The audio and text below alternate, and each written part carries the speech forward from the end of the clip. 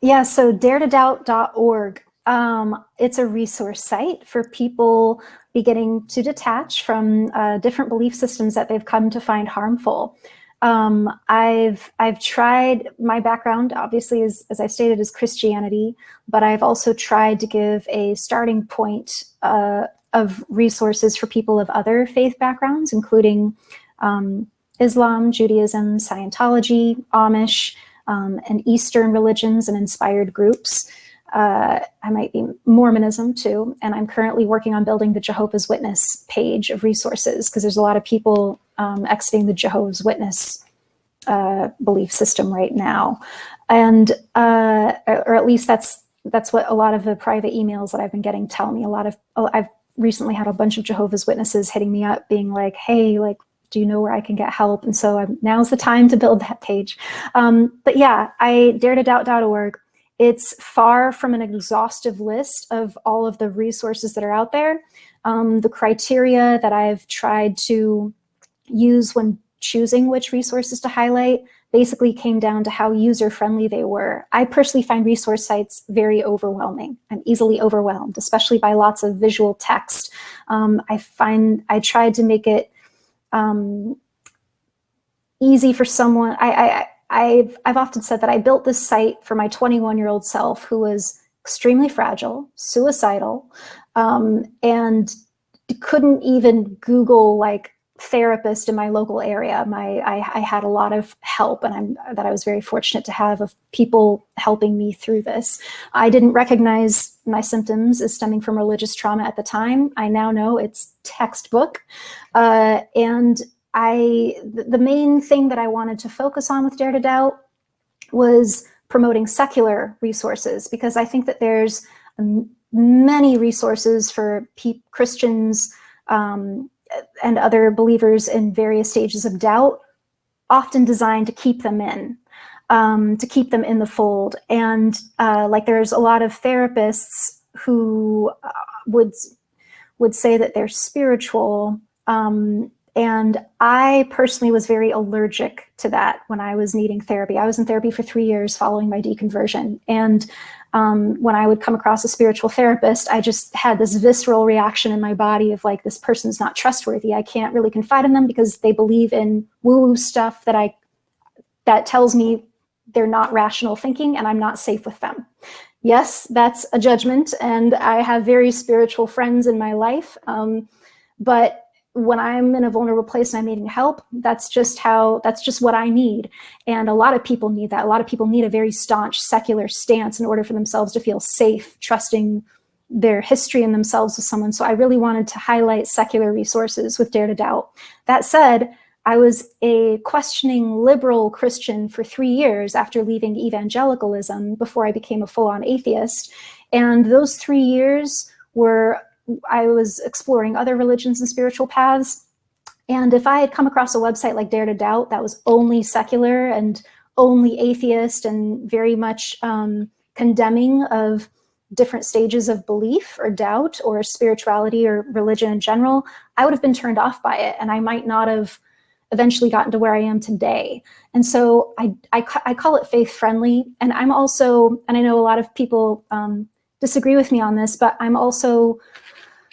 also find a lot of evidence to believe that faith is not a choice. I know for me it wasn't. When I deconverted, I didn't have a choice about that. It was more of an admission, I feel, than a choice. And I also think that the reverse is true for a lot of people, that their belief to believe is not a choice. They just can't help it. They believe there's something more.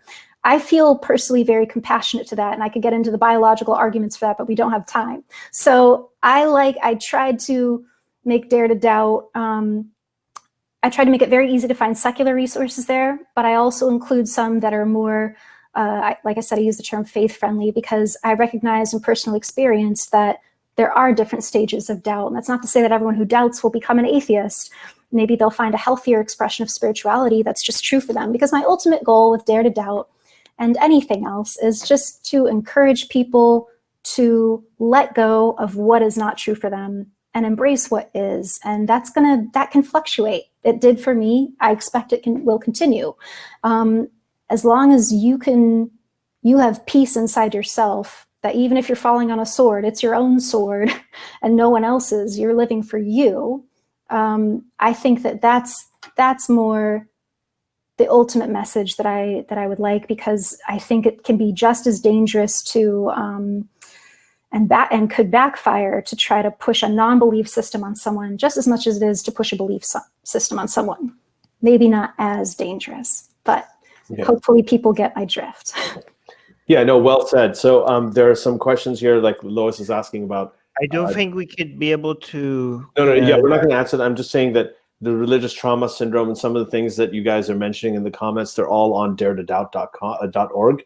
Yes. And the Atheist Republic is there, like everybody, the ex-Muslims in North America, like for the Muslim page, it's actually quite comprehensive. So I think you've done a lot of really great work putting this up. And it is it's a massive. And look, there's Ali here on the website.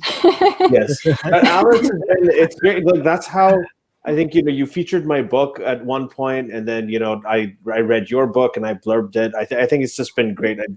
We have like a tremendous mutual appreciation of each other's work. So thank you for that, by the way, Alice. I think it was really nice. Yeah. Oh, thank you. Go check out Dare to Doubt, and please share it. Like some of the suggestions that you people are making in the live chat, I'm pretty sure it's on this website as well. So it's just like all of them in one place. So Dare to Doubt. If you do notice somebody needs help, just send them the link to Dare to Doubt, because I'm pretty sure they're going to be able to find what they need. And we'll also include the links to both the website and also where to find Alice on social media, on Instagram and Twitter. And I hope you're incredibly. It's in the description. But go not right now, but when we're the public version. Go on. Yeah, you're incredibly articulate. I think that when you express yourself, I mean, not just. We're talking to you right now. I think verbally it completely matches up with the writing. Sorry. So the way when you did when you wrote the book, it was actually you weren't just when you were talking about your memoir. I mean, there are a lot of layers to it, and I think it was just beautifully written. The way it was very sort of it was very moving. The whole way that you wrote it. So I think it's an excellent book. We're really looking forward to it properly coming out. Thank you so much. And you totally need to talk to Susanna, because I think that conversation would be super helpful to a lot of people. But thanks, Alice. Thanks for coming on. Thank you guys so much for having me. It was awesome. Yeah. Hey guys, if you want to join these streams live, get your comments and questions read by Ali and Armin and the guests, and most importantly, to get full access to the full video versions of all these episodes, become a patron. Link in the description below.